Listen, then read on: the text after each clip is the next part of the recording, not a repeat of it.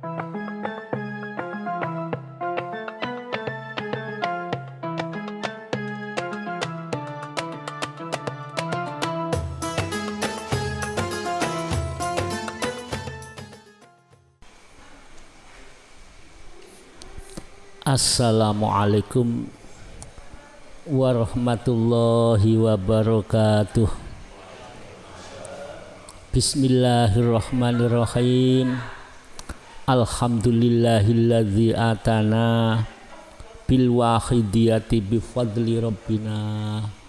Walhamdulillahi sholatu wassalam alaika wal ali ya khairul anam. Rabbun karim wa anta dzu khulqin azim fasfa'lana indal karim. Ya ayyuhal ghausus salamullah alaika rabbini biiznillah wanzur ilayya sayyidi binadroh musilatil lil hadratil aliyah amma ba'du. Kepada yang terhormat Romo Kiai Haji Masruh Ihsan Makin selaku Ketua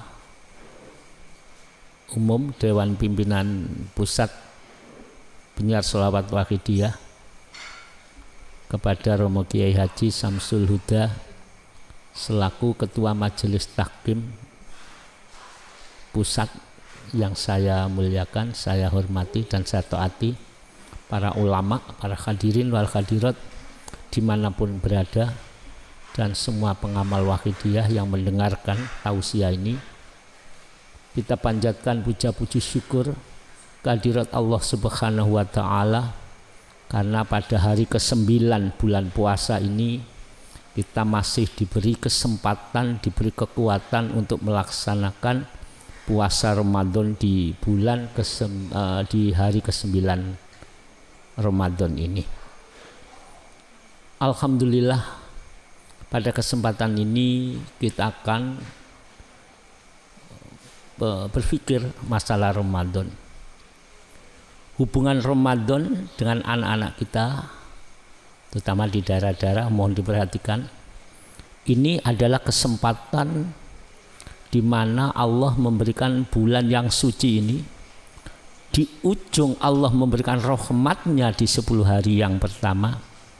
Ini mari kita koreksi dengan sungguh-sungguh, karena Ramadan bisa berfungsi untuk mendidik diri manusia untuk kembali kepada karakter yang diridhoi oleh Allah Subhanahu wa Ta'ala.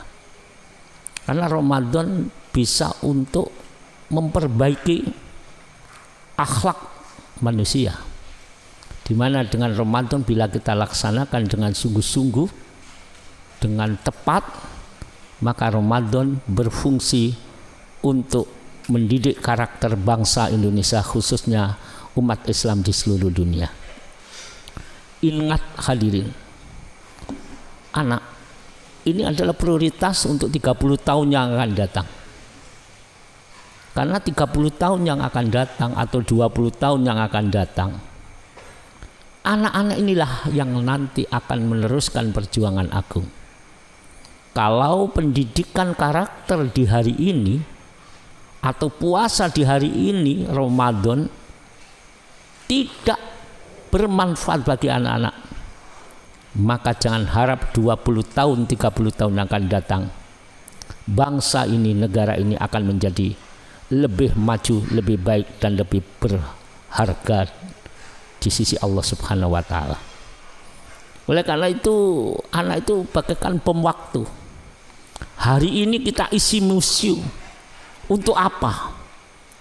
Bila perlu bisa menghancurkan orang tua, menghancurkan bangsa ini, bila kita salah untuk mendidik karakter anak-anak kita ini. Oleh karena itu Allah Subhanahu wa Ta'ala berfirman, ya ayyuhalladzina amanu la tulhikum amwalukum wala auladukum an dzikrillah wa may yaf'al dzalika faulaika humul khasirun. Jadi kita diingatkan oleh Allah, wahai orang-orang beriman, ya, coba ya perhatikan, kita punya anak, punya apapun, punya yang diberi oleh Allah, janganlah harta bendamu. Punya harta, walaupun kecil, hati-hati, janganlah harta bendamu dan anak-anakmu melalaikan kamu dari mengingat Allah. Dan barang siapa yang berbuat demikian, maka mereka itulah orang-orang yang rugi. Jadi harta anak ini akan jadi bom waktu, akan meledakkan negara ini, akan meledakkan orang tua bila anak ini salah di dalam pendidikan. Nah, dalam pendidikan yang paling utama selain pendidikan intelektual, ya hari inilah spiritual ini kita gunakan. Dalam penyelidikan David Coleman dari Amerika, seorang ahli pendidikan, ahli filsafat, kalau anak-anak ini kita perhatikan hanya intelektualnya saja, hanya pengetahuannya saja, yang penting anakku pandai, yang penting anakku bisa membaca kitab, yang penting anakku bisa membaca mujahadah, yang penting anakku punya kedudukan ijazah strata 1, S2 atau S3. Hanya 4% keberhasilan itu. Jadi dari 100% hanya 4% kalau kita mengandalkan kepandaian dan intelektual. Seperti apa yang dikatakan Gus Dur, untuk merubah suatu perubahan tidak hanya hafal Quran dan hadisnya, tapi selain hafal Quran, hadis, akhlak kita harus berusaha semaksimal akhlakul karimah seperti Al-Quran dan hadis yang sesuai dengan Rasulullah. Ingat apa kata Gus Dur? Coba ya, dari pemuka-pemuka, pembimbing-pembimbingan anak. Kalau anak itu hanya kita bimbing hanya apal Quran, apal selawat, apal ini, akeh kang apal Quran hadis, bahkan bila perlu apal selawat, tapi seneng ngafir ke marang liyane. Jadi akan terjadi nanti generasi itu, anak-anak itu akan mengkafirkan sesamanya. Hati-hati, kafir dhewe ora digatekke. Mengapa? Yang isi kotor akal lan atini. Loh ini, oleh karena itu pendidikan hanya intelektual hanya 4%. Kalau emosional sudah mulai ke ranah batin, emosi, emosional, kemarahan dan lain-lain bisa mencegah. Ini 24% akan berhasil. Jadi kalau pinter, emosionalnya bagus, itu berarti 4 tambah 24 berarti 28% keberhasilan. Tapi apa dari penyelidikan itu? 72% ditentukan dari akhlak, karakter spiritualnya. Tidak hanya untuk membaca saja, tidak hanya untuk wirid saja, tapi hati harus diberdayakan spiritual ini.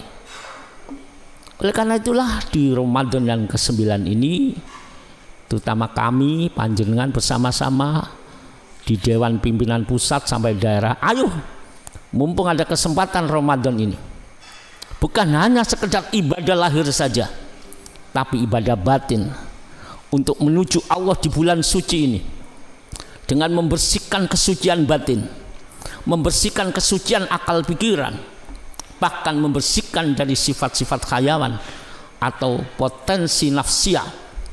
Ini harus diberdayakan untuk mencapai nafsu yang betul-betul mutmainnah. Oleh karena itu kesempatan di bulan Ramadan yang sudah dimuliakan oleh Allah, yang dimuliakan oleh Allah, kita tambah mujahadah, perjuangan dari bapak-bapak, ibu-ibu dan adik-adikku remaja, anak-anakku remaja. Tidak hanya cukup Anda memperjuangkan diri. Tengok anak-anak kita. 30 tahun ledakan agung akan muncul dari anak-anak itu. Apakah ledakan kesadaran yang akan merubah dunia? Apakah ledakan kegelapan yang akan membuat dunia ini semakin terpuruk? Terserah dari pengamal sholawat wakidiyah, terserah dari kita sejauh mana kita peduli dengan anak-anak kita. Anak-anak tidak hanya diberdayakan intelektualnya, tapi emosionalnya harus dilatih, bahkan spiritualnya, apalagi dalam bimbingan sholawat wakidiyah secara utuh, untuk membimbing anak-anak menjadi yang berakhlakul karimah, karena tugas bagi dia adalah ikut memperbaiki akhlak umat manusia. Sekali lagi hadirin yang dimuliakan oleh Allah, tengok anak-anak kita. Anak-anak kita ibarat bom.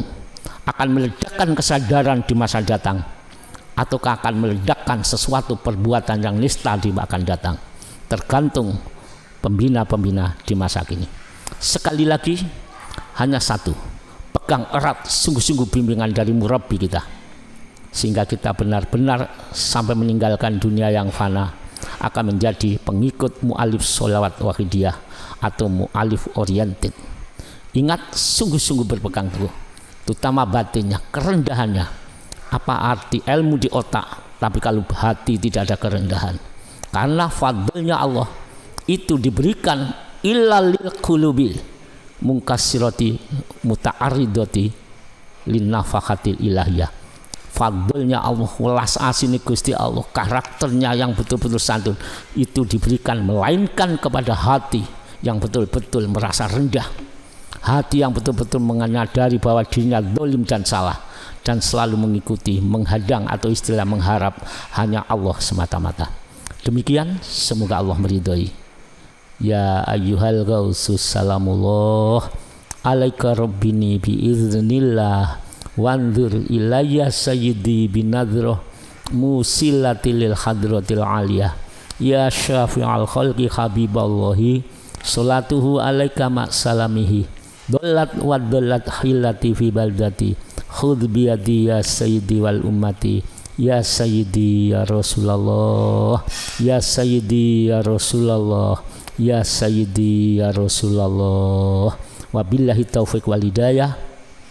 Wassalamualaikum warahmatullahi wabarakatuh.